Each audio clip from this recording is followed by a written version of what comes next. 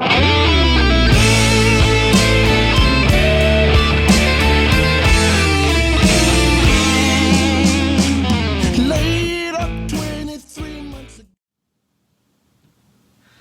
this is Steven with StevensGuitarLessons.com. Welcome to another edition of my Tip, Trick, or Lick of the Week series. This is one of the ones that focuses on the basics with playing guitar. So if you've been playing for any length of time, this may be more elementary than what you're needing, but if you're just starting out, there's some great foundational stuff in the basics episodes that I've put out. And this particular one, we're going to be talking about tuning and how to tune the guitar. So this is the sort of thing that the more you do it, the more comfortable and second nature it gets, but when you're first starting out, it can seem just very confusing, and it's not difficult to go off on the wrong, to have a catastrophic error with your tuning, with being in the wrong octave or something like that. So we're going to talk about what's necessary to make sure we do it right, especially if you've never done it before at all. So first thing we have to do is make sure we know what it is we're shooting for. So in standard tuning, we're gonna describe the strings from thickest string to thinnest. And that's usually how most players think about the strings, but the strings are actually numbered from thinnest to thickest: first, second, third, fourth, fifth, and sixth. So that's a little bit flip-flop from how we think about it when we talk about the note names, but generally we think about it thickest to thinnest in most cases. And what we've got in standard tuning is E, A, D, G, B, and E. And there's a mnemonic for that. I'm not a huge fan of mnemonics, but if they're helpful to you, one good thing that you can think of for this is Eddie ate dynamite, goodbye Eddie.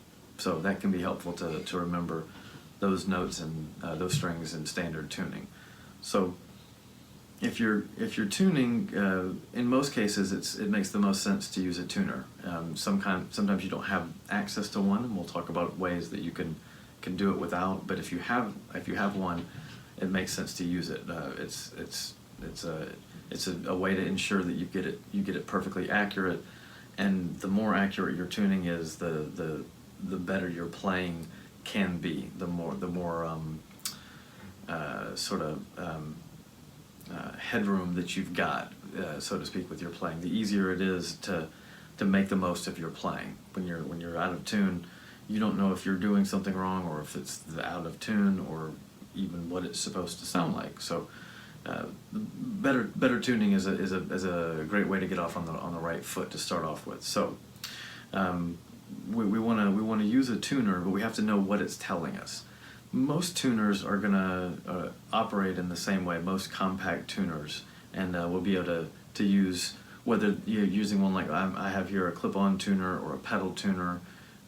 It's all going to give us about the same information. So what we've generally got that we're going to be working with is something that's going to tell us what note we're playing. If you've got a guitar-specific tuner, it might only give you the E, A, D, G, B, and high E. If it's a chromatic tuner, we could be playing any pitch, and it'll the nearest pitch that we're playing to, it'll tell us how far off we are from that. So if we're not sure of what we're supposed to be playing, those can be tricky to work with.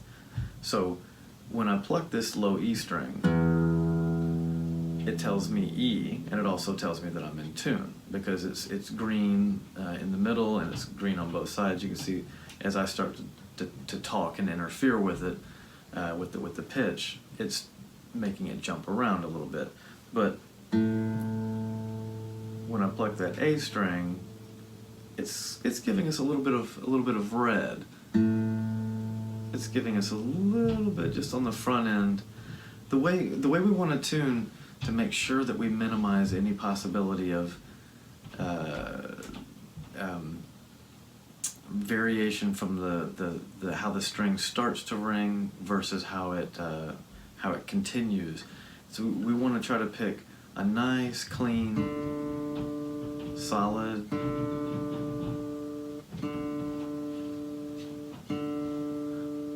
clear pick, and then repeat that every few seconds. We don't want to pick too fast.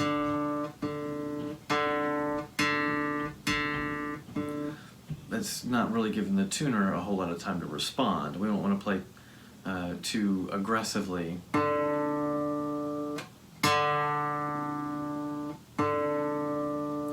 Because that makes it actually jump sharp right off the bat, and then it has to settle down to its proper pitch. And by the time it's settling to that proper pitch, we're plucking it again.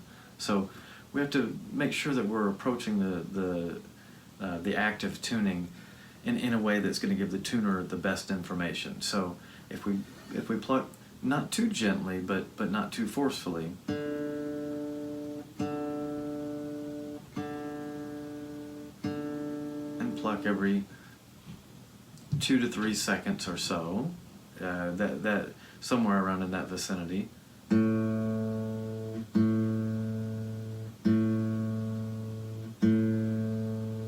It's more like a second, but at A,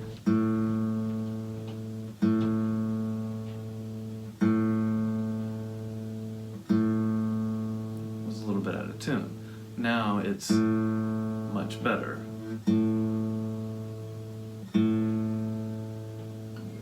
So we go through all 6 strings. We make sure that everything is where it needs to be. If the lights are telling us that it's sharp, or usually that's going to be on the right-hand side of the screen, the readout, that means we need to loosen the string. The way we do that is we turn clockwise, unless the guitar has been strung improperly. We turn clockwise. So if we need to tighten the string, if it's on the left-hand side of that readout, we turn counterclockwise, and that increases the tension of the string and tightens it up, brings it up to a higher pitch. So you also want to keep in mind that the whole complete system is connected and related to itself and to each other. So if we make big changes on any one string, it's going to affect the other strings. So it's not bad practice to, if you have to adjust any of your strings as you're going through, go back and double check. A good kind of rule if you're tuning your guitar is you're not done tuning until you can pick the strings one at a time and go through, and you don't have to make any adjustments on anything. If you have to make adjustments on anything, you have to go back and do it again. Now, that doesn't mean every time you tune you have to treat it that way, but that's not a bad practice to get into when you've reached the point where your playing is consistent enough to where you're not affecting the tuning of the instrument with the way you play. You've got a well-made and maintained instrument that keeps its tune. Those sorts of things, that all kind of has a factor in that as well. But at any rate, that should get us as tuned as we're going to be able to get. Remember what the notes are supposed to be. Remember the octaves, the registers that they're supposed to be in. Get used to how it sounds going from one octave to another so that you're able to recognize them. And before long, you'll be able to tune without even having to put a whole lot of effort into the process. You'll be able to just kind of, tune with making fine-tuning adjustments rather than large adjustments, those sorts of things. So that covers tuning with a tuner. The other thing that we want to keep in mind is if we don't have a tuner, and also just kind of how the strings relate from one to another, whether we're tuning or not, this is helpful. But if we play on any given string on the 5th fret, and there's one exception to this, but if we play any given string on the 5th fret, it's the same note as the next string open.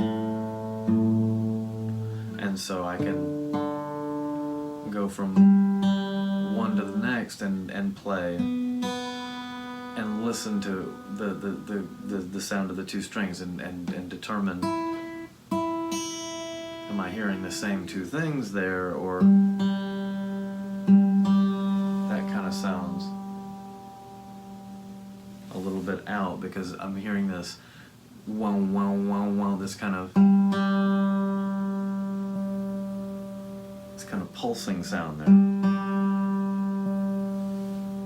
So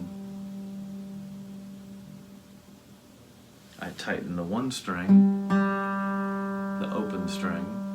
Now I've kind of got it. Of course, now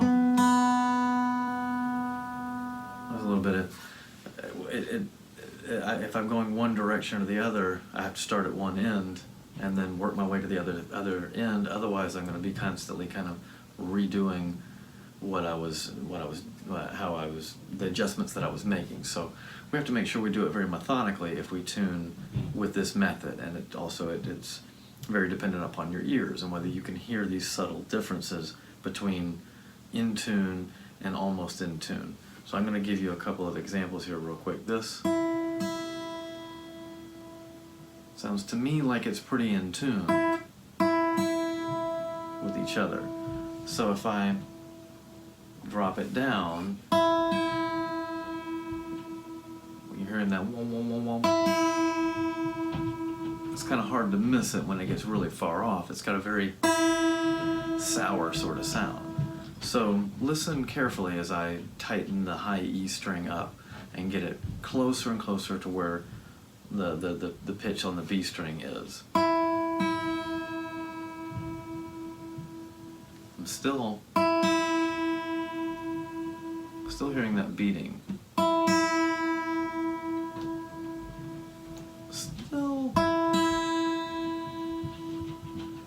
Still hearing this. This is where it gets really tricky. This is where less experienced players can, that beating went away, but it's kind of, it's just really slow. It's that same movement.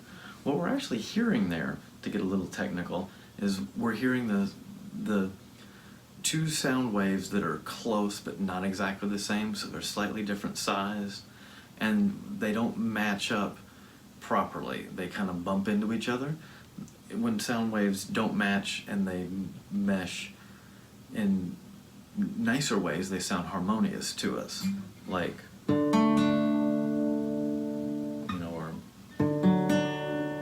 nice and harmonious. But when they're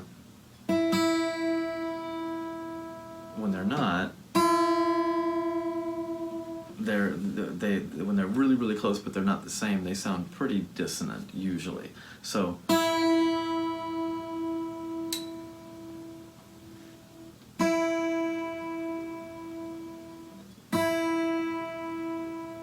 I think I got it fairly close. But again, if I hadn't already tuned lower strings getting up to that higher string, I'd probably have to go through this process again if I'm tuning by ear. So it's very imperfect, it's not very precise, but it's also it's a helpful thing to have a good idea of where those changeovers are from one string to the next.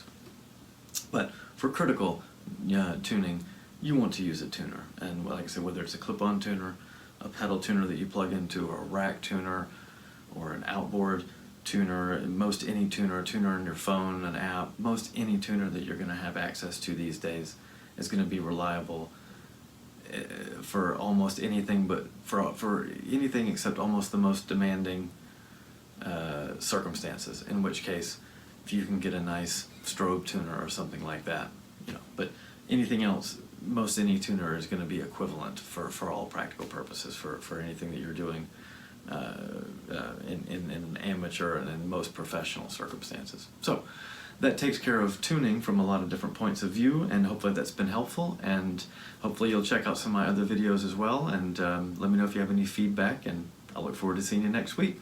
Thanks.